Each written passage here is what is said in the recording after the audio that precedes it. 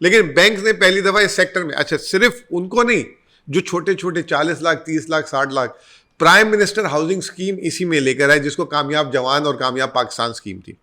یہ 2 کام سب سے بڑے کیے. ایف بی آر کی ویلیویشنز چینج کی, کنسٹرکشن کو اس نے جو ہے پیکج پہ لے کر 3.5 سال کے قلیل مدت میں, اس سے زیادہ اور کیا ہو سکتا تھا؟ مجھے آپ یہ بات بتا. اچھا ایک نا ابھی ہمارے پاس ٹائم ہے, وہ صرف کنسٹرکشن کا وزیر اعظم تو نہیں تھا, لیکن اس پہ بھی انہوں نے اس پوٹینشیل کو ریئلائز کیا. اچھا پھر اس کے بعد اور ٹورزم وغیرہ پہ بھی انہوں نے, ٹورزم پہ بھی جو ہے ایک جو پاکستان میں جو سب سے بڑا فقدان تھا اس پہ نا شیخ صاحب آپ سے ایک پورا اور پروگرام کریں گے. ابھی یہ بتائیے کہ اکثر ہماری برادری کے لوگ جو ماہرین میں نے یہاں جن سے بات چیت کی, تو ایک آدھ نے کہا جی کہ ریئل اسٹیٹ کو انڈسٹری ڈکلیئر کر دیں. تو اس سے کیا مراد ہے؟ انڈسٹری ڈکلیئر ہو جائے تو کیا فائدے ہو سکتے ہیں کسی شعبے میں, اور کیسے اس کے لیے ضروری کیا چیزیں ہیں؟ نہیں جی وہ یا ایسی بات ہی ہے یہ ہوائی.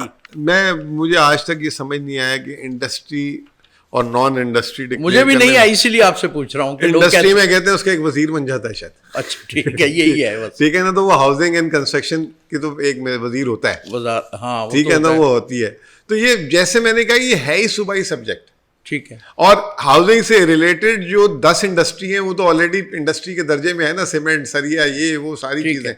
تو نہیں, ہمارے لوگ کہتے ہیں یہ جو پلاٹوں کی لین دین ہے اس کو انڈسٹری ڈکلیئر کرتے ہیں, اس سروسز انڈسٹری کو کچھ ایسی بات کرتے ہیں. نہیں وہ بس ایک خانہ پوری ہے, اس میں کوئی ایسے نہیں.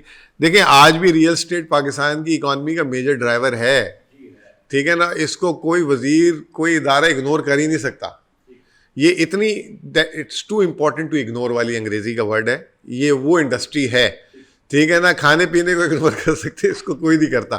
بہرحال بات یہ ہے کہ ایک آپ نے 7E کی بھی بات کی تھی. جی میں یہی ابھی آپ سے یہی پوچھنے والا تھا کہ آج کل اس وقت جو تقریباً سال ڈیڑھ سے ہماری انڈسٹری اس پہ بہت پریشان ہے. ایک 7E قانون لگایا ہے جو ڈیم وہ ایک ایزیوم کر رہے ہیں جی کہ آپ کے اگر پلاٹ پڑے ہوئے ہیں تو اس پہ ٹیکس ہونا چاہیے, آپ سالانہ دیں. تو یہ کیا ہے؟ میں آپ سے یہ سوال تھوڑا آپ کو استعمال کرتے ہوئے تاکہ جو آپ کے حاضرین ہیں اس میں آ جائیں.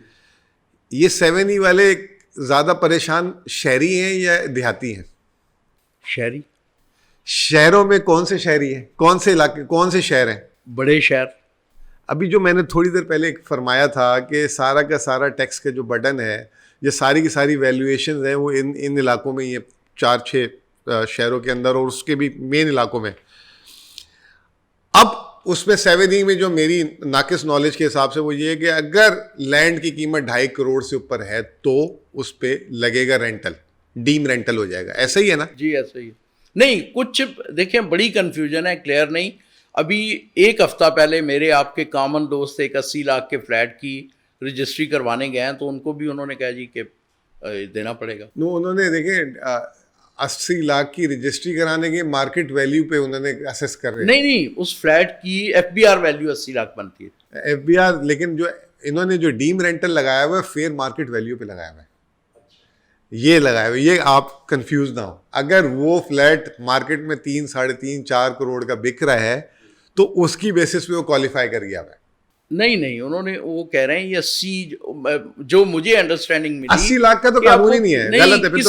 کسی بھی قیمت پہ جو ٹرانزیکشن ہوگی اس پہ وہ لیتے ہیں جو نان ایگزیمپشن میں آئے گا. یعنی آپ کا ایک گھر ایگزیمپٹ ہے, آپ کا ایک دفتر یا دکان ایگزیمپٹ ہے, اس کے علاوہ جو بھی پراپرٹی ہوگی, یہ بھی ایک انڈرسٹینڈنگ آ رہی ہے. نہیں جو یہ مفتاح اسماعیل نے لگایا تھا, ٹھیک ہے نا, اور 2.5 کروڑ ویلیو ہونا ضروری ہے, ٹھیک ہے نا. اگر 2.5 کروڑ سے اوپر ویلیو ہے نا تو اس پہ یہ ہے 2.5 کروڑ سے اوپر چیلنج, نیچے کی چیلنج ہی نہیں ہو سکتی, چاہے آپ کے پاس. اچھا مزے کی بات یہ دیکھیں, آپ 50 لاکھ کی 50 پراپرٹی لے لیں, اس پہ 7E لگے گا, ٹھیک ہے نا. آپ کو جو ہے نا ایکیومولیٹڈ بیسس پہ لگایا نا کہ ایک آدمی کے پاس ویلتھ میں 50 کروڑ کے پلاٹ ہے لیکن سارے 50 لاکھ کے, تو وہ ایگزمپٹ ہو گیا. اور ایک آدمی کا ایک پلاٹ ہے 3 کروڑ کا, اس پہ لگ گیا, تو یہ بھی انڈسٹریبیوٹیڈ مطلب انکویٹیبل ہو گیا. تو بنانے والے نے دیکھیں ہمارے یہاں ٹیکس کیسے لگتا ہے. اب مفتاح اسماعیل پہ ایک پریشر تھا IMF کا کہ آپ نے ریئل اسٹیٹ پہ ٹیکس لگانا ہے. اب وہ ریئل اسٹیٹ پہ انہوں نے ٹیکس ایسا لگایا کہ وہ جو ہمارے سارے صوبائی لوگ ہیں جو ادھر والے ساروں کو چھوڑ دو, جو ادھر بابو لوگ ہیں ان ساروں پہ جو ہے نا کھینچ دو ٹیکس, اور آئی ایم ایف کو بھی دکھا دیا جی ہم نے ٹیکس لگا دیا. اب اس کے بعد لٹیگیشن, کبھی ایک صوبہ پنجاب کے ہائی کورٹ نے روک دیا تھا, سندھ والوں نے کھول دیا, ٹھیک ہے نا, اس میں ہارمنی نہیں ہے کوئی بات. یہاں پہ میں نے آپ کو کہا تھا یہاں پہ آپ کی ایسوسیشن جو ہے نا فیل ہو گئی ہے, گئی ہوئی ہے ہماری ایسوسیشن. ارے سر ایک آواز, ایک وہ اگر ایک ہوتی نا مطلب ریگولیٹر لیول سے نیچے والی ایسوسیشن ہوتی جس کا, جیسے ایپٹما ہے, ایپٹما ایک پریس کانفرنس کر دے جو ہے کامرس منسٹر ہل جاتا ہے, انرجی منسٹر ہل جاتا ہے. آپ لوگ تو ٹائم ہی لیتے رہتے ہیں مہینہ مہینہ کے. جی ابھی ہمارے لوگ 52 پٹیشنر گئے ہوئے ہیں سپریم کورٹ. ایک تو آئینی پٹیشن بنتی ہے کہ بھائی پنجاب میں کیسے یہ ایگزیمپٹ ہے اور سندھ میں کیوں لاگو ہے. تو یہی تو ہمارے ملک کا سب سے بڑا المیہ ہے. اچھا ایک چیز بتائیے, وفاقی ٹیکس ہے, صوبائی حکومت الگ الگ. ایک چیز بتائیے گا کہ آپ کے خیال میں, آپ بھی ظاہر ہے مفتہ اسماعیل نے لگایا, تو اس سے ان کا کیا مقصد ہے, کیا حاصل کرنا چاہ رہے ہیں؟ مقصد میں نے یہ کہہ دیا نا, ان کا کوئی مقصد نہیں تھا. انہوں نے آئی ایم ایف کو دکھایا کہ 20 ارب روپے یا 30 ارب روپے اس طرح یہاں سے مجھے ٹیکس آئے گا. نہیں تو وہ تو ٹرانزیکشن بند ہوگی, ٹیکس نہیں آیا ہوگا. 7E کا ٹرانزیکشن تعلق ہی نہیں ہے نا. اچھا 7E از اے ڈیم رینٹل. ٹھیک ہے, آپ کے پاس ہے 10 کروڑ کی زمین, اس پہ سال کا وہ 5% رینٹ انزیوم کر لے گا کہ آپ نے رینٹ پہ دی ہے یا نہیں دی. آپ کی 50 لاکھ روپے آمدنی ہے, اس 50 لاکھ کے اوپر جو ٹیکس بنے گا وہ 7E ہے. دس از کالڈ 7E. اس کی خرید و فروخت سے کوئی خرید و فروخت سے تعلق اس وقت آئے گا جب آپ بیچنے جائیں گے, وہ کلیئرنس نہیں دے گا کہ آپ نے بھرا نہیں. میرے ملک کے جو بڑے بڑے اکانومسٹ ہیں وہ ایسے فیصلے کرتے ہیں انفارچونیٹلی. اور میں نے آپ سے کھل کے بات کر دی نا, اور یہ کوئی اس کو کوئی بے تکے طریقے سے بنایا گیا اور کوئی اس کے پیچھے لاجک نہیں. صرف شہر میں بڑی جگہوں پہ پھر ایک آدمی نے اگر اس کو توڑ کے, اب پہلے والا سسٹم ہو جائے گا. آپ کو یاد ہوگا آپ کی جوانی والی بات کہ اس وقت ویل ٹیکس تھا, تو وہ باپ کیا کرتا تھا, سارے بچوں کے نام پہ لے لیتا تھا تاکہ وہ ویل ٹیکس کے تھریش ہولڈ کو ہٹ ہی نہ کرے, نہ ٹیکس لگے. تو وہی والا کام, یعنی آسانی پیدا نہیں کرنی, لوگوں کو کمپیل کرنا ہے کہ وہ جھوٹے ایگریمنٹ کریں, وہ گفٹ کریں. بھائی یہ آپ ٹیکس لگا لیں, میں کہتا ہوں ڈیم رینٹل ہونا چاہیے, کیونکہ لوگ یہاں پہ رینٹ پہ بھی ٹیکس نہیں دیتے صحیح, رینٹ پہ بھی صحیح ٹیکس نہیں دے رہے. جنہوں نے رینٹ پہ بھی دیا ہوا ہے نا, تو وہ رینٹ اگر 50 لاکھ ہے تو 5 لاکھ شو کریں, ہونا چاہیے. لیکن اس کو it has to be equitable, ہر ایک پہ لگائیں نا, ہر زمین پہ لگائیں.